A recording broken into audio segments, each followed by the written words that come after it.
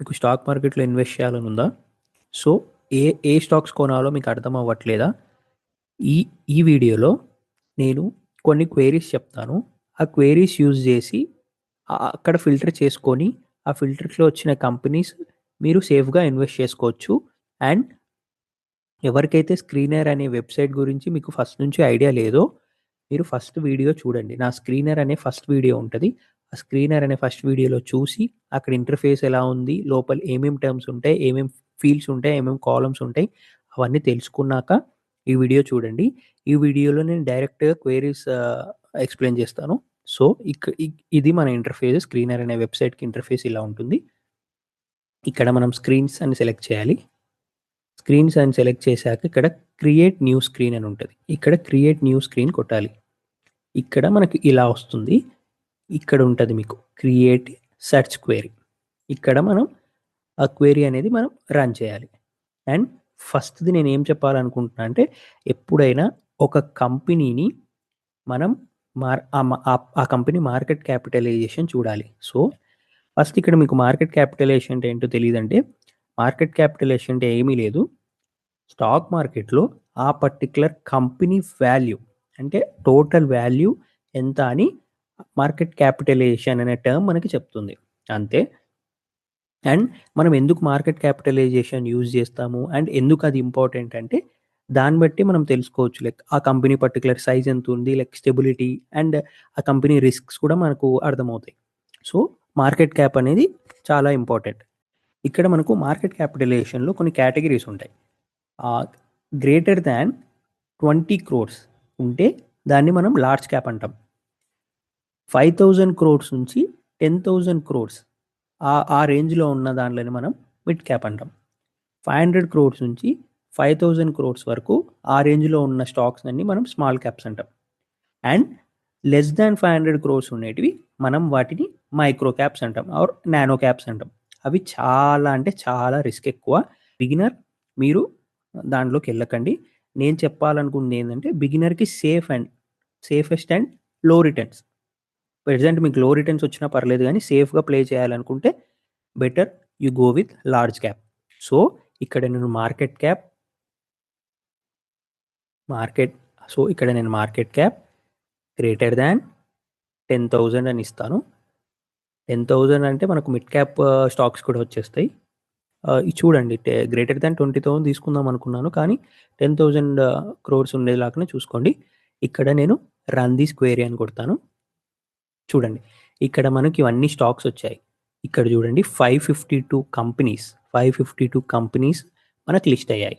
ఏ base మీద list అయ్యాయి అంటే మార్కెట్ క్యాప్ అనే కమాండ్ మనం ఆడ యూజ్ చేసాం కదా! ఆ క్వెరీ యూజ్ చేసాం కాబట్టి బేస్డ్ ఆన్ దట్ ఇక్కడ మనకు ఇన్ని స్టాక్స్ లిస్ట్ అయ్యాయి. అంటే ఫిల్టర్ అయ్యాయి.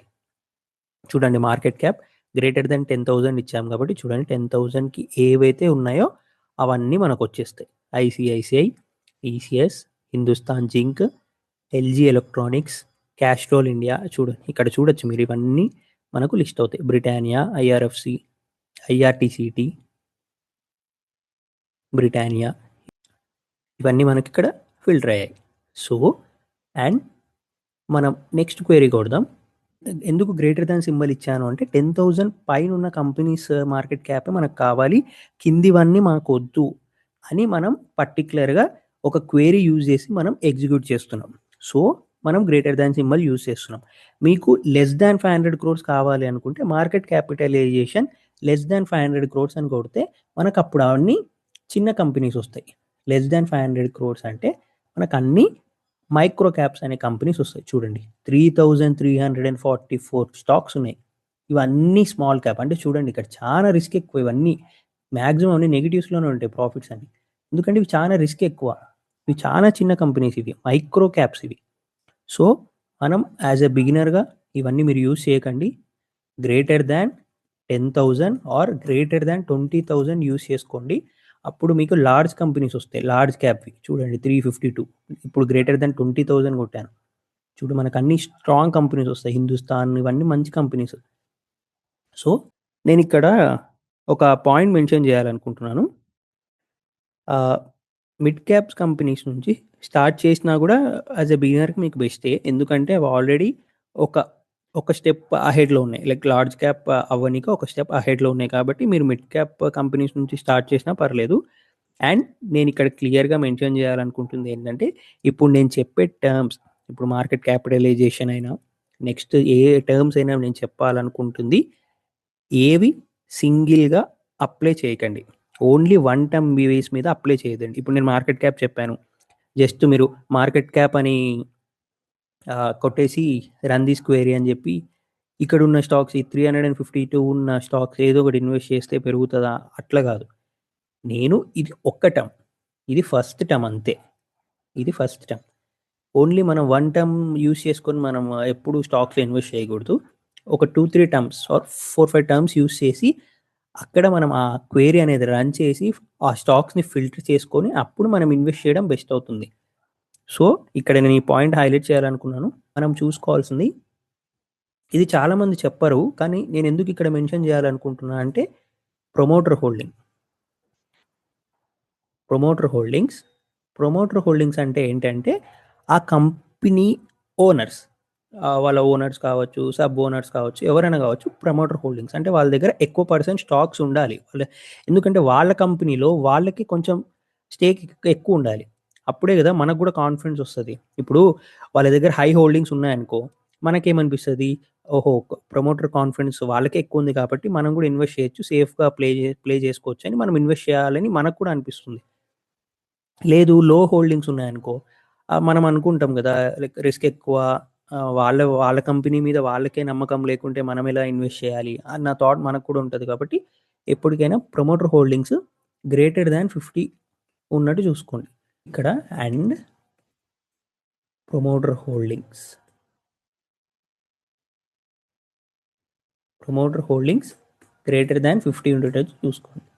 సో, రన్ దిస్ క్వెరీ మనకు 231 కంపెనీస్ వచ్చాయి. 231 వచ్చాయి. అప్పుడు 300 వచ్చాయి. ఇప్పుడు 231 వచ్చాయి. సో, ఇలా ఒక్కొక్కటి ఫిల్టర్ చేసుకుంటా ఒక్కొక్క టర్మ్ మనం చేసుకుంటా వచ్చామనుకో మనకు స్టాక్స్ అనేది ఇంగా ఏ ఫండమెంటల్స్ ఇంగా ఎంత ఎంత స్ట్రాంగ్ ఉన్న కంపెనీస్ అన్ని లిస్ట్ అవుతాయి.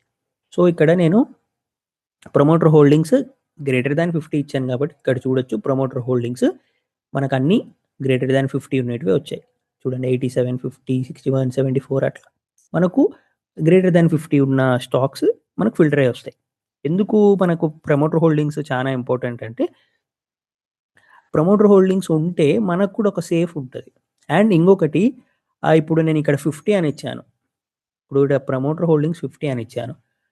ఓన్లీ 50 గ్రేటర్ థాన్ 50 ఉంటే చాలా అంటే లైక్ ఒక రేంజ్. లైక్ 50-70 ఉన్న పర్సెంటేజ్ ప్రమోటర్ పర్సెంటేజ్ ఉంటే అది బెస్ట్. లైక్ స్ట్రాంగ్ కంపెనీ అనుకోవచ్చు. అండ్ మనకు 35% to 50% ఉంటే ఓకే. మనం యాక్సెప్ట్ చేయొచ్చు. Like okay. మంచిగానే పెర్ఫార్మ్ చేస్తుందిలే అని అది కూడా మంచిదే. 35% 50 ఉంటే. అండ్ ఎప్పుడైతే బిలో 30% ఉంటే 1, 2 సార్లు ఆలోచించండి. ఎందుకంటే మెయిన్‌గా beginners. You should check only greater than 50%. Beginners మాత్రం మీకివన్నీ అనవసరం. Direct promoter holdings greater than 50 అని పెట్టేసి మీరు క్వెరీ అనేది రన్ చేయండి. మీకు వద్దు. ఎందుకంటే గ్రేటర్ థాన్ 50 ఉంటేనే మీరు సేఫ్‌గా ప్లే చేసుకోవచ్చు. సేఫ్‌గా ఇన్వెస్ట్ చేసుకోవచ్చు. అండ్ ఇంకొక రిస్క్ కూడా ఉంది మనకిక్కడ. గ్రేటర్ థాన్ 80, 90% ప్రమోటర్ హోల్డింగ్ ఉందనుకో, అది కూడా మనకిక్కడ ప్రాబ్లమే. అది కూడా ఒక రిస్కే సమ్‌టైమ్స్. అంటే కొన్నిసార్లు మనకు ఎక్కువ ప్రమోటర్ హోల్డింగ్స్ ఉన్నా ప్రాబ్లమే, తక్కువ ప్రమోటర్ హోల్డింగ్స్ ఉన్నా ప్రాబ్లమే. ఎటు తిరిగి ప్రాబ్లమ్ అయితే ఉంటది పక్కా.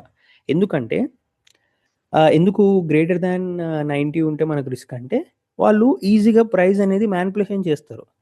ఇప్పుడు ఓన్లీ 90% వాళ్ళదే స్టేక్ ఉందనుకోండి. ప్రమోటర్స్‌దే 90% స్టేక్ ఉంది. పబ్లిక్‌ది ఓన్లీ 10% ఉంది. మిగతా other investors, other mutual funds ఎవరు ఇన్వెస్ట్ చేయలేదు. ఓన్లీ ప్రమోటర్స్, రిటైల్ ఇన్వెస్టర్సే ఉన్నారనుకోండి. వాళ్ళదే 90% స్టేక్ ఉన్నప్పుడు వాళ్ళ ప్రైస్ అనేది ఈజీగా మానిప్యులేషన్ చేయనీకి ట్రై చేస్తారు.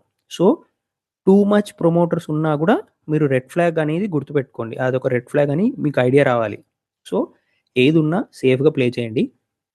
అండ్ ఇంకొకటి ఈడ చూడాల్సిందేందంటే, ఇక్కడ చూడండి. And promoter